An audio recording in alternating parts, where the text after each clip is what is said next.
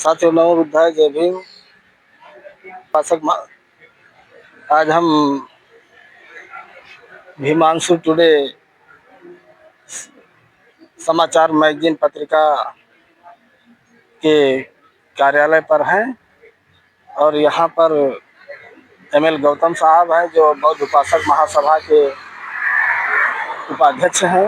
आज इनसे जानकारी करेंगे जो सरकारें स्कूल बंद कर रही हैं इसका क्या प्रभाव पड़ेगा बच्चों पर, समाज पर।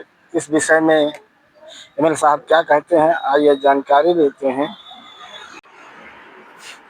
सर, जो सरकार स्कूल बंद कर रही है इसका समाज पर क्या प्रभाव पड़ेगा, इस पर आप क्या कहना चाहेंगे? मैं आपके चैनल से यही कहना चाहता हूं और सरकार को अवगत भी कराना चाहता हूं कि आज देश की आबादी लगातार दिन प्रतिदिन किस तरह से बढ़ रही है और मुझे बड़ा ताज्जुब हो रहा है कि देश की आबादी बढ़ रही है और आप लोग जो स्कूल की संस्थाएं हैं उनको कम कर रहे हैं।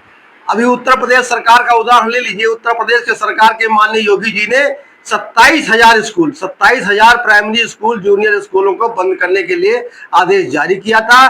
पूरे प्रदेश में और देश में जब धरना प्रदर्शन और जगह जगह प्रदर्शन हुए, बच्चों के प्रदर्शन हुए, उनके गार्जियनों के प्रदर्शन हुए, समाज सेवियों के प्रदर्शन हुए, तब शायद सरकार ने उस पर स्टे लगा दिया गया है। मैं सरकार से पुनः कहना चाहता हूं, निवेदन करना चाहता हूं कि हमारे देश की आबादी दिन प्रतिदिन लोग बढ़ रही है और आप स्कूल बंद करना चाहते हैं, इसका असर हमारे बच्चों के ऊपर पड़ेगा। क्योंकि हमारे बच्चे, हमारे समाज के बच्चे यदि शिक्षित नहीं होंगे तो हमारे समाज का भला नहीं होगा, हमारे देश का भला नहीं होगा।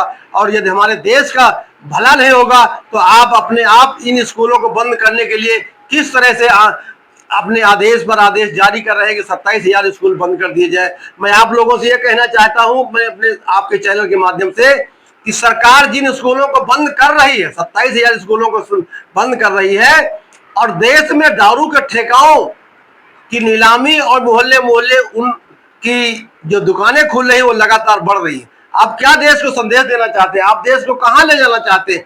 हमारा देश शिक्षा से आगे बढ़ेगा, ना कि दारू पीने से आगे बढ़ेगा। हमारे समाज के लोग को तो चाहिए कि आप लोग ठेका बंद कर दें और देश को, प्रदेश को पूर्णतया इससे मुक्त कर दें और शिक्षा के माध्यम से हमारे बच्चों को अच्छी शिक्षा दें। और मैं शिक्षा के माध्यम से आप लोग ये कहना सरकार से चाहता हूं कि शिक्षा पर, हमारे शिक्षकों के ऊपर आप नजर रखें, उनके ऊपर कड़ाई से पालन करें कि वो हमारे बच्चों को अच्छी शिक्षा दे, अच्छा रिजल्ट आए और हमारे जो प्राइमरी स्कूल चाहे जूनियर स्कूल हो वहां से बच्चे निकले और जाकर के हमारे देश की जो कंपटीशन है उनमें कंपटीशनों में बैठे और क्वालिफाई करें और अन्य प्राइवेट स्कूलों के जो बच्चे निकलते हैं उनसे बराबरी करें। यदि हम उनको आप इतना तनख्वाह देते हैं तो उनके ऊपर शासन की जो कड़ाई है, अनुशासन कार्रवाई करें कि शिक्षकों से उनसे रिजल्ट निकलवाएं। ये नहीं कि आप स्कूल को बंद कर रहे हैं, स्कूल को बंद करके आप हमारे देश की जो 80% गांव की आबादी है वो फिर शिक्षा ग्रहण करने कहाँ जाएगी? हमारे देश की जो गरीब आबादी है, जैसा कि हमारे प्रधानमंत्री जी बार बार कहते हैं, हमारे देश की 80% आजादी गरीब है जिसे मैं 5 किलो अन्न देता हूं, तो 80% आजादी क्या कितने भी प्राइवेट स्कूलों में जहां 1,000, 2,000, 5,000, 10,000 रुपए फीस पड़ती है, हमारे स्कूल के गांव के बच्चे क्या उन प्राइवेट स्कूलों में, कॉन्वेंट स्कूलों में पढ़ पाएंगे?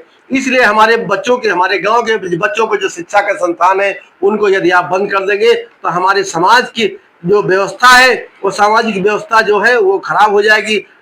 जैसा कि आप जानते हैं कि इन प्राइमरी स्कूल में इतनी अच्छी शिक्षा हमेशा होती रही है, आज से नहीं होती रही है। शिक्षा स्कूल हमेशा अच्छी से अच्छी होती रही है। इन्हीं स्कूलों से निकल करके, इन्हीं टाट पट्टी के स्कूलों से निकल करके हमारे देश के जो टॉप की प्रशासनिक सेवाएं थी, चाहे वो आईएएस की प्रशासनिक सेवा हो, चाहे आईपीएस की प्रशासनिक सेवा हो, चाहे वो प्रोफेसर बनते हो, चाहे जज बनते रहे हो, चाहे वो देश के लिए हमारे जो अच्छी अच्छी ऊंची ऊंची पदों पर जाते रहे हो, वो सब इन्हीं प्राइमरी स्कूलों से, इन्हीं टाट पट्टी के स्कूलों से पढ़ करके हमारे बच्चे निकलते थे और देश की अच्छी अच्छी संस्थाओं में जाते थे और अच्छी अच्छी बड़ी बड़ी पोस्टों, प्रशासनिक सेवाओं पर हमारे देश के इन्हीं स्कूलों से बच्चे निकल करके आगे पढ़ते थे।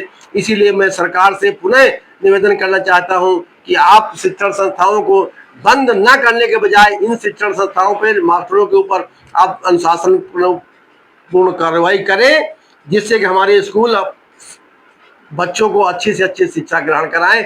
इसी के साथ मैं धन्यवाद देना चाहता हूं आपको, चैनल को बहुत बहुत साधुवाद। नमो बुद्धाय, जय भीम, जय भारत।